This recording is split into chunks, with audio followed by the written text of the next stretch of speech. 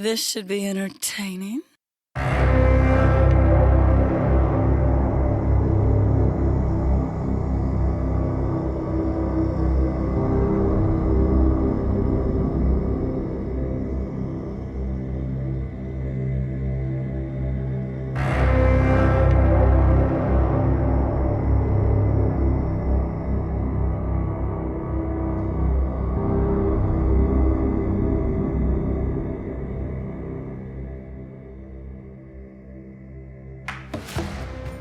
You are listening to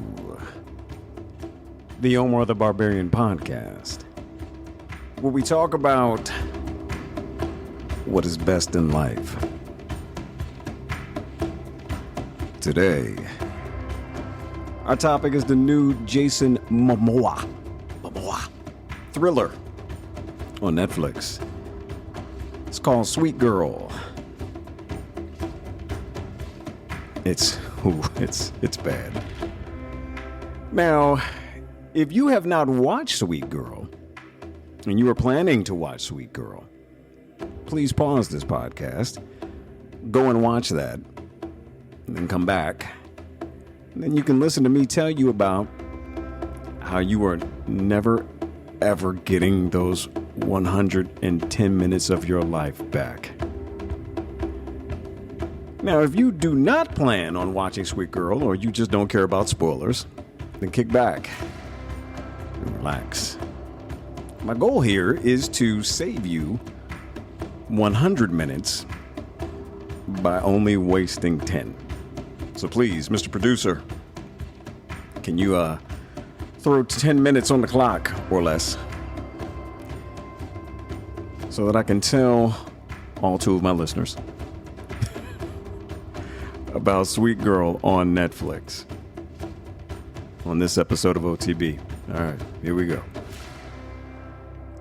So, Sweet Girl, according to the internets, is an American action thriller film directed by Brian Andrew Mendoza in his feature directorial debut. It was written by Philip Eisner and Greg Hurwitz. Stars Jason Momoa, Isabela Merced, I think I'm saying that right, and a host of others. It was released on Netflix on August 20th, 2021, to negative reviews. And let me tell y'all, those reviews are well earned. It is currently sitting at 19% rotten on Rotten Tomatoes. That's with 36, I believe, as I'm recording this, critical reviews in, and 46% rotten fan reviews, ratings, I should say, 250 plus fan ratings. Now, look, I'm not going to mince words. It's bad. I did not enjoy this movie, but there are some things that it gets right, and I'm going to focus the bulk of this review on those. Now, what is this thing about? What is Sweet Girl all about? Now, the film takes place in Pittsburgh. All right, so Jason Momoa's wife is a woman named Amanda Cooper, and she gets a rare form of cancer.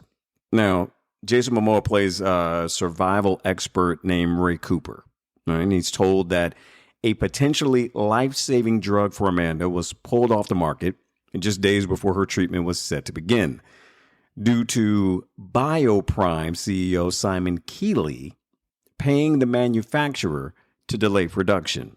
So this movie follows the usual action thriller tropes. Momoa's in the hospital at his wife's bedside so that we can establish him as a good dad, good husband, good dude, likable, blah, blah, blah. He's sitting there, and of course the TV is on, and he's watching the Bioprime CEO, Keeley, on a live debate with a congresswoman named Diana Morgan. And they're arguing about the cost of meds, etc.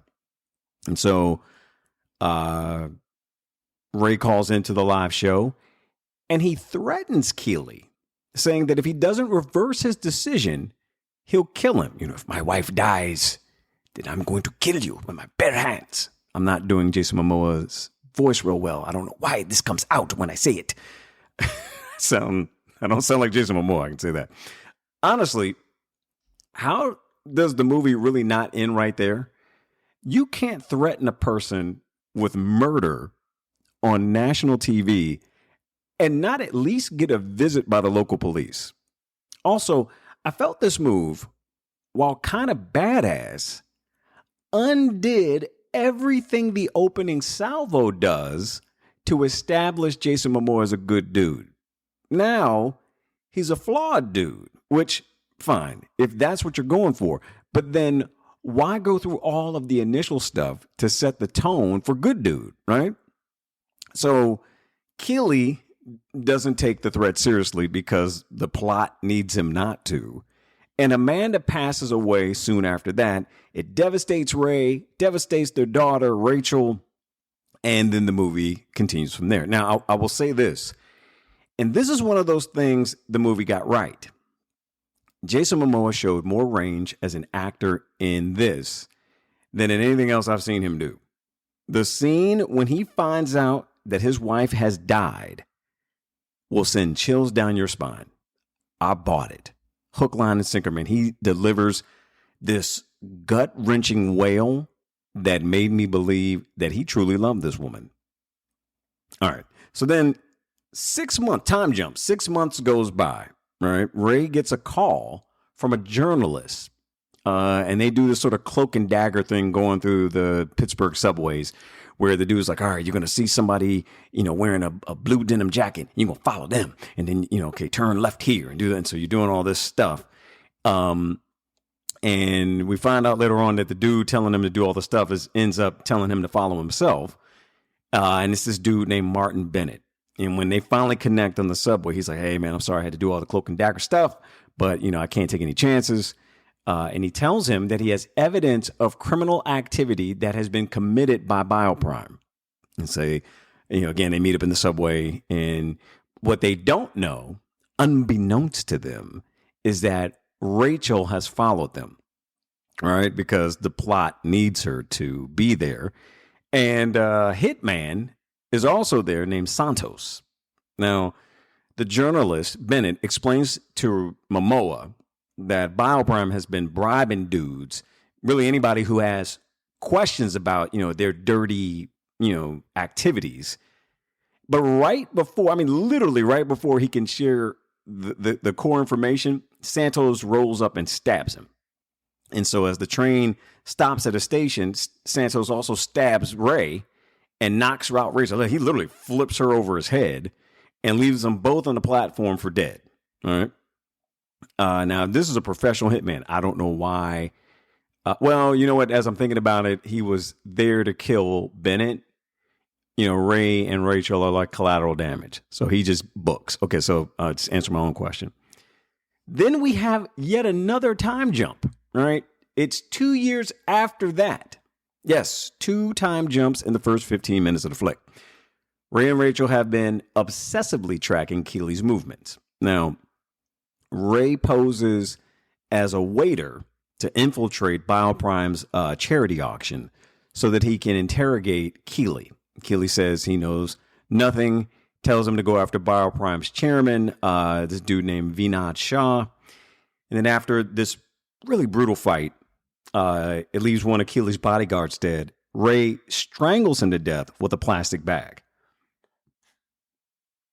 Ray then gets Rachel, and they hide in a motel outside of town. Rachel is concerned that her father has really gone too far, and she contacts an FBI agent named Sarah Meeker and tries to convince her to look into Bioprime. And so the next morning, 2 mercenaries break into the motel, and Ray kills both of them. And this results in further tension between him and Rachel. So Ray then plans to go after Shaw and lets Rachel help him trap Shaw. Ray tries to interrogate him, but Shaw refuses to talk and is soon killed by Santos. So then Ray and Rachel meet with Santos at a diner. And this is actually in one of the better scenes in the movie. Though the dialogue is actually not very good, the acting is good. And so casting kind of saves some things here.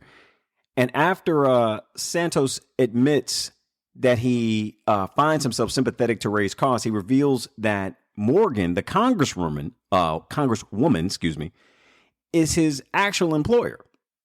And so he also says like this kind of parting comment to Rachel. He's like, hey, I'll see you soon. So then they go to the city again, and there Ray is ambushed by the FBI. He flees to the roof of a baseball stadium, and as Meeker is trying to talk him down, the big twist here at the end, not the end, but sort of towards the end of the flick, is that it's revealed that Ray is actually Rachel, his daughter. Right? Yep. It was Agatha all along. Right? So way back in the first 15 minutes of the flick, when Ray is stabbed on the train, he actually dies. Rachel loses it and has been on this murdering spree the entire time. This twist wants so badly to be Kaiser Sose. It wants to be Coke, but it's Pepsi. It's trying to be Kaiser Sose, straightening out his limp, but it's just not. Right now, I will admit I was like, oh man, oh wow, right initially, but the more I thought about it, the more I just didn't buy it. Like Rachel is maybe 105 pounds soaking wet, man, and she's taking out dudes who are professional killers. Mostly because her plot armor needs her to. So Rachel's been suffering from PTSD the entire time. She devotes herself to finishing Ray's quest for vengeance, which had they gone another route, more, say, Kevin, Home Alone, traps, guile, and stealth, as opposed to brute force, I might be more forgiving. Because the whole time I'm watching these fight scenes, it didn't feel like a Jason Momoa movie. Now, I buy that Jason Momoa can beat people up. I buy that. He's huge, right? But because this is actually Rachel fighting, during the scenes, the movie makes you think it's Ray. It looks like it's Jason Momoa when it's actually not him. So he looks like he can't really fight. I was noticing, I'm like, this fight, this doesn't feel like an action movie. It feels, where my initial thought was that, kind of like in Casino Royale, James Bond has to actually earn every win he has. Like the fights in Casino Royale are brutal. But at no point do I ever think that James Bond can't fight. If anything, I'm like, wow, man, James Bond got mad squabbles. This felt like, wow, Jason Momoa can't fight, and he's really getting lucky the entire time. So, which is counter to everything we've ever seen him in. So, my mind had difficulty accepting this when I was looking at it.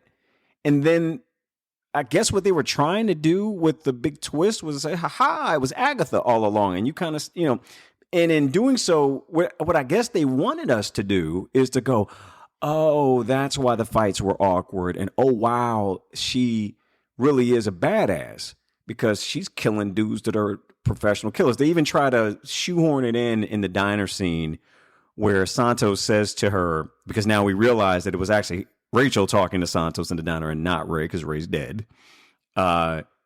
He calls her basically an amateur. He's like, in my world, you're just an amateur. You've got a few kills, but you ain't a beast. And so, for me, this had the adverse effect, whereas it's supposed to give her credibility even as an amateur so that we believe and buy in when she eventually kills Santos at the end. What it did for me was have the opposite effect. Like neither side of it really works well. Momoa loses credibility when you don't know it's really Rachel because he don't look like he can fight.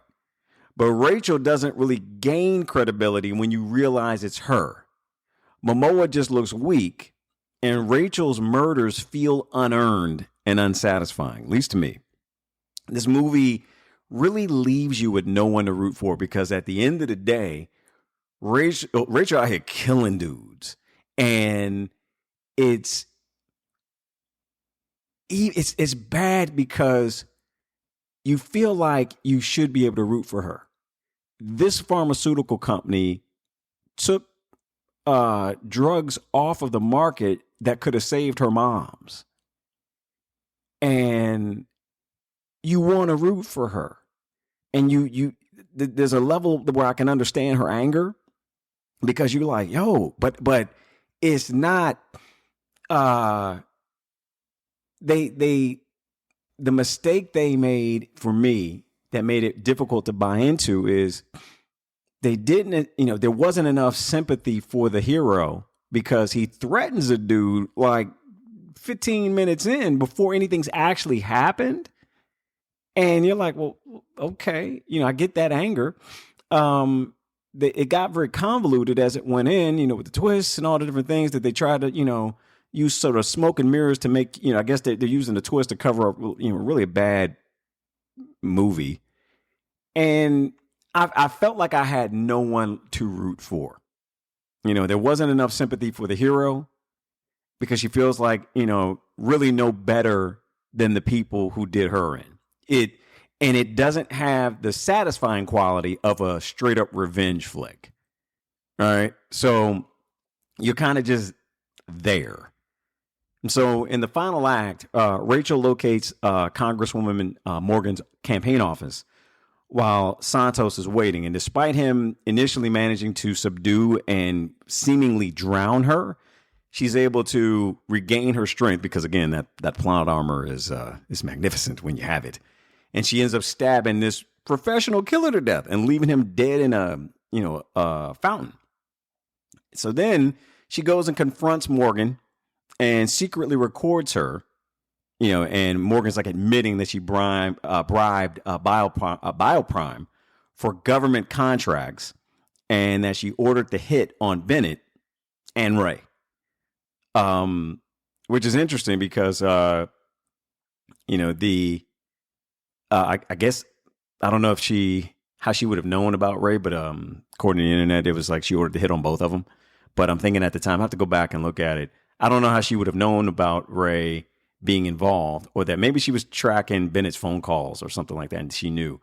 But apparently she's like, yeah, I ordered the hit on both of them. So then Rachel sends that recording to the FBI. Somehow, unclear, manages to get a fake passport. Don't know how she did that, but I guess if she can murder mercenaries and professional killers, passport seems pretty easy to do, right? She then exchanges her money for cryptocurrency because, why not? And then boards a plane to what the internet is calling an uncertain future. And so, yeah, that's it. That's Sweet Girl. So again, what did I actually like about this? Jason Momoa showing range. Momoa is actually really good in this. Fight choreography aside, he's really only played Aquaman, which, let's be honest, that's really him playing himself, and Zack Snyder called him Aquaman. He's Khal Drogo, right? Which, to be honest, that didn't feel like a stretch either. So this character was a bit more nuanced, and Momoa does a really nice job with his range. Like I said, if you feel so inclined, go to the scene, watch the first 20 minutes of this thing just to see him lose it when he finds out his wife is dead. It's chilling. It's one of the better, scenes where the hero finds out that a loved one has passed that I've seen. He really sells that thing. He also had very good chemistry with Isabela Merced. I think I'm saying her name right. Forgive me if I'm not. Isabela, I know you're listening. I love them together. They're great together. And, this film could have really been a lot worse if not for really good casting. Good casting goes a long way and it makes it, a bit more watchable. But don't get me wrong. I'm going to give this thing up 1.5 stars. I mean, it's bad, you all. See, I watch these movies so that you won't have to. This is a service that I'm providing to you.